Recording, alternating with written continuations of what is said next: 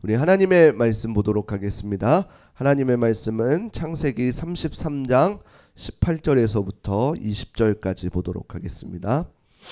창세기 33장 18절에서부터 20절까지 보도록 하겠습니다. 우리 세 절이니까 한 목소리로 합독하도록 하겠습니다. 야곱이 밧단 아람에서부터 평안히 가나안 땅 세겜 성읍에 이르러 그 성읍 앞에 장막을 치고 그가 장막을 친 밭에 세겜의 아버지 하몰의 아들들의 손에서 백크시타에 샀으며 거기서 제단을 쌓고 그 이름을 엘렐로 해 이스라엘이라 불렀더라. 아멘. 오늘 본문의 말씀을 가지고 하나님의 신실하신 계획이라는 주제로 함께 말씀을 나누도록 하겠습니다. 우리 옆사람과 인사하도록 하겠습니다. 사랑하고 축복합니다. 네, 너무나 잘 오셨습니다.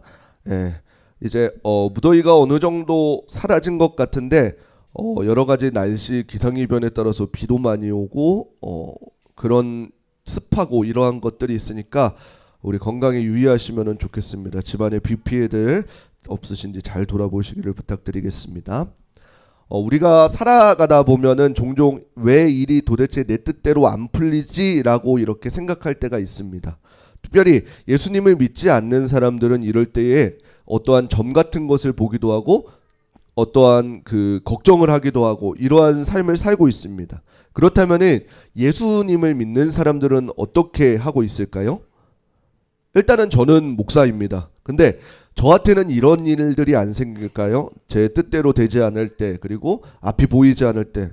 아니요, 저한테도 생깁니다. 그리고 분명히 제가 기도하고 준비한 것 같고 제가 분명히 하나님의 말씀을 따라 살아간다라고 생각하는데 제 뜻대로 풀리지 않고 막막해 보일 때가 저도 있습니다. 그리고 저도 그때에는 낙심하고 좌절할 때가 있습니다.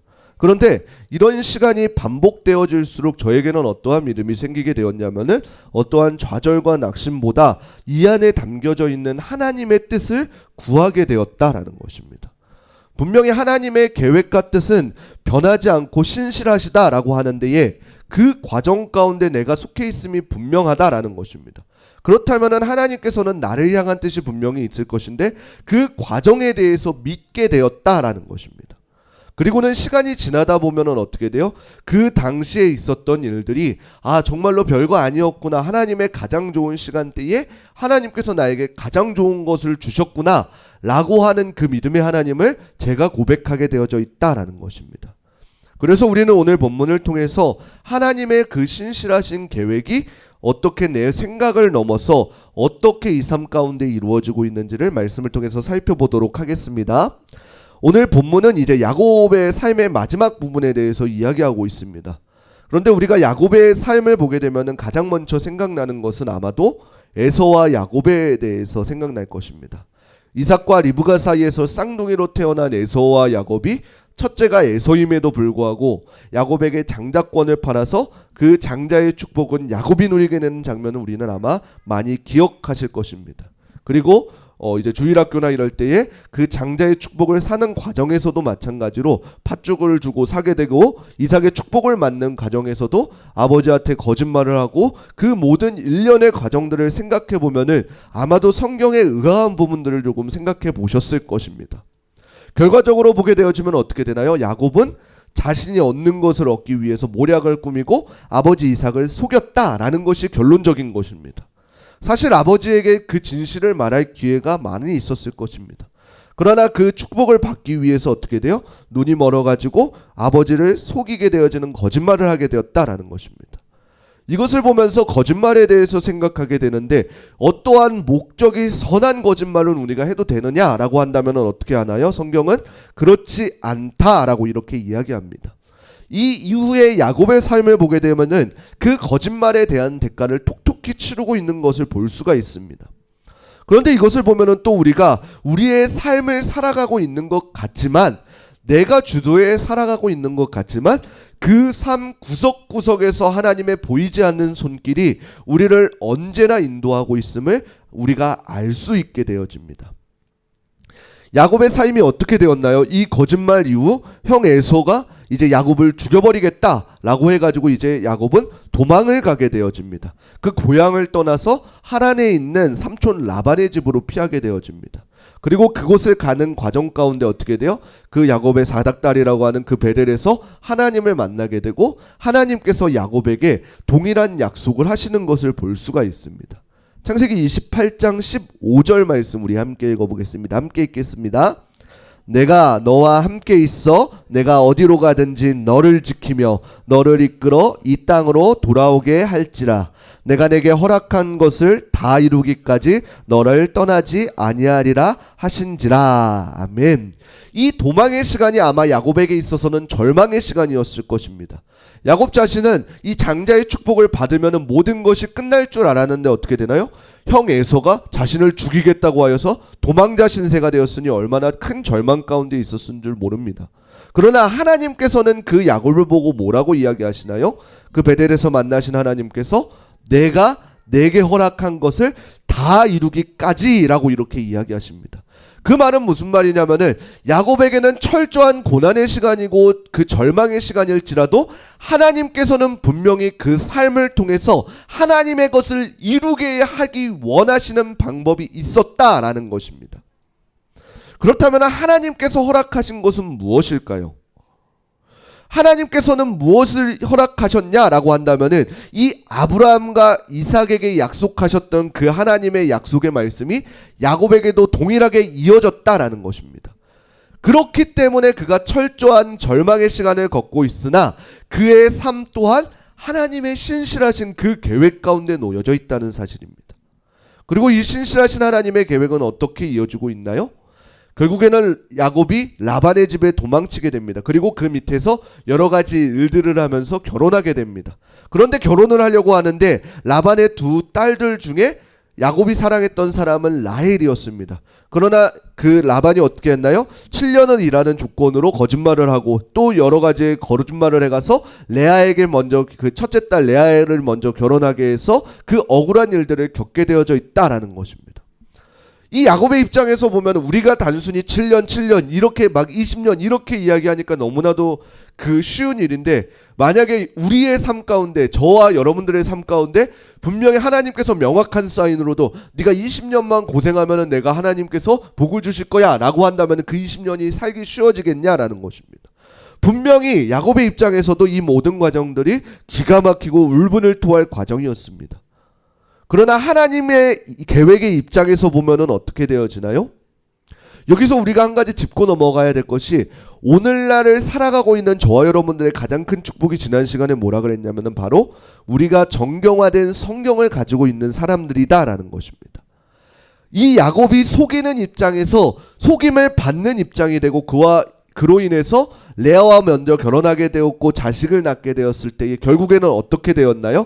그 모든 과정 가운데 하나님의 분명한 계획들이 있었다라는 것입니다. 우리는 이 사실을 사실은 알지 못하지만 레아와 결혼해서 자녀들을 많이 낳고 그리고 레아의 여종, 라헬의 여종 이렇게 자녀들을 쭉쭉쭉쭉 낳아서 결국에는 어떻게 돼요? 그 사랑하는 아내였던 라헬과 낳은 그 자녀가 누구인가요? 바로 요셉인 것입니다. 그러면 우리가 어렸을 때 읽었던 그 요셉의 이야기를 조금 알 수가 있을 것입니다. 그 요셉이 단순히 막내여서 색동옷을 입고 형들을 이렇게 심부름하는 그런 것들만 했을까요?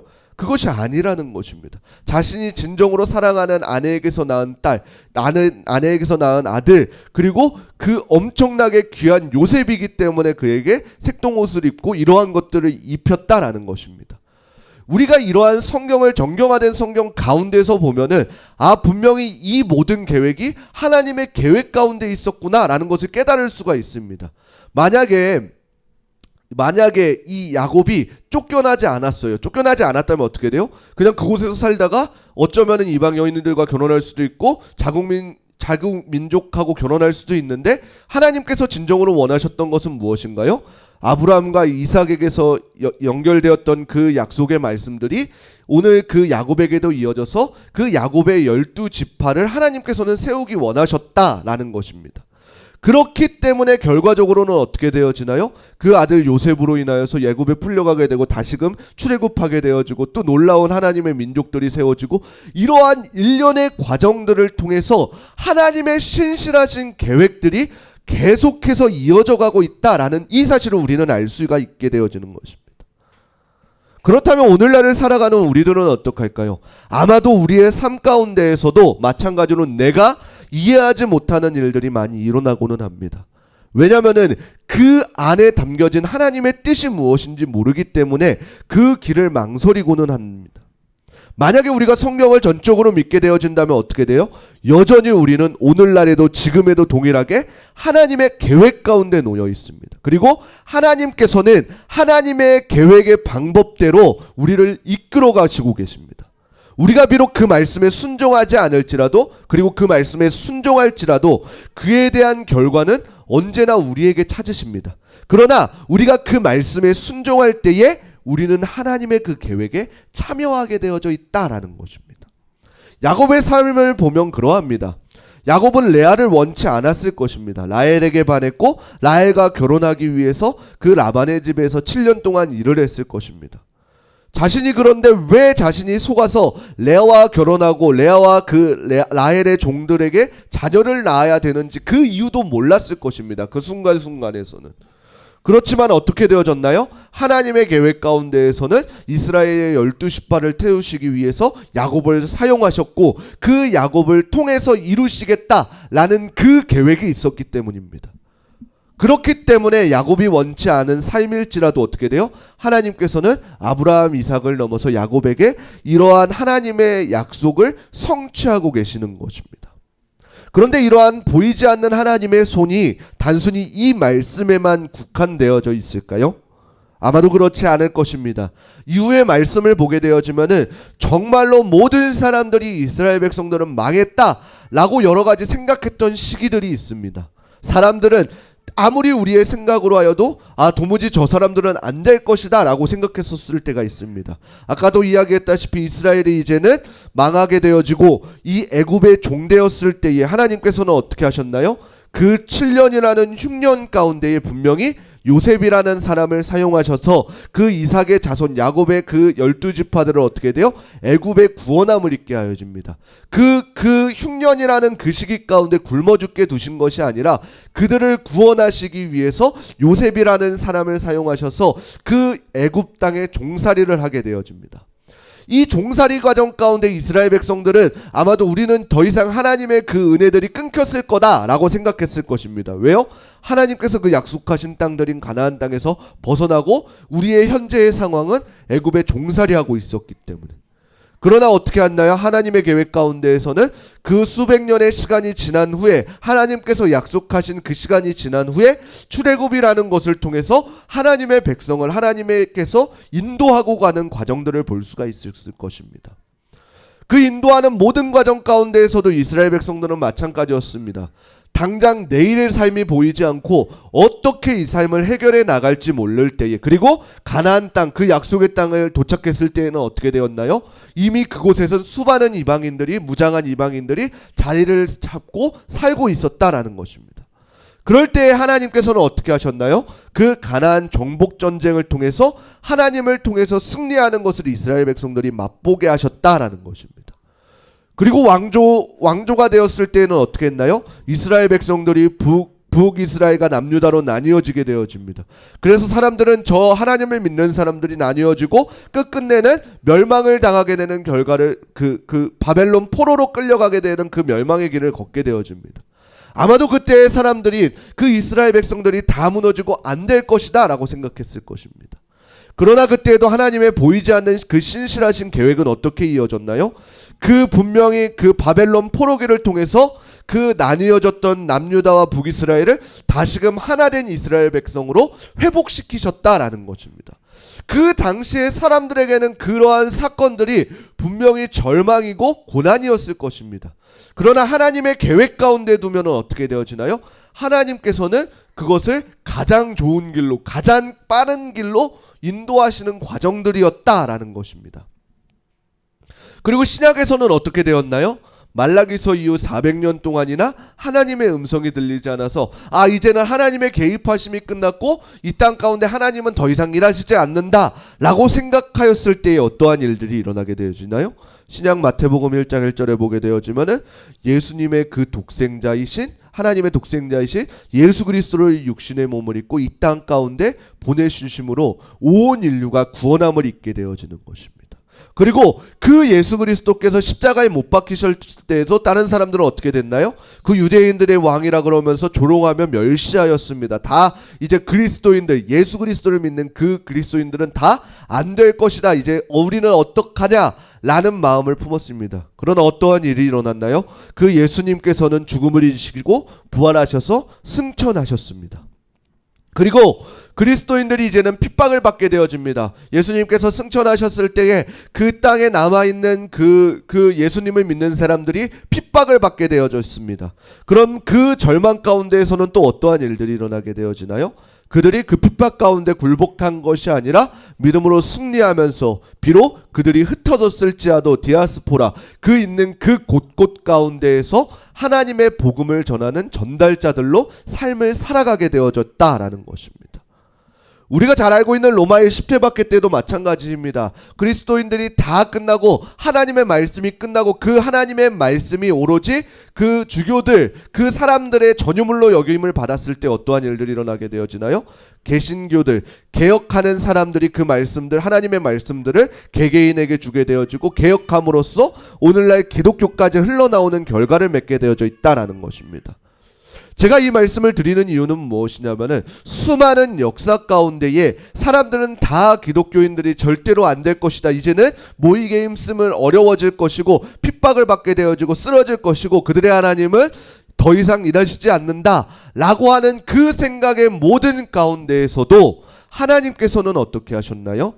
묵묵히 하나님의 방법대로 그때그때 순종하는 그 사람들을 사용하셔서 하나님의 계획을 성취해 나가고 계신다라는 것입니다.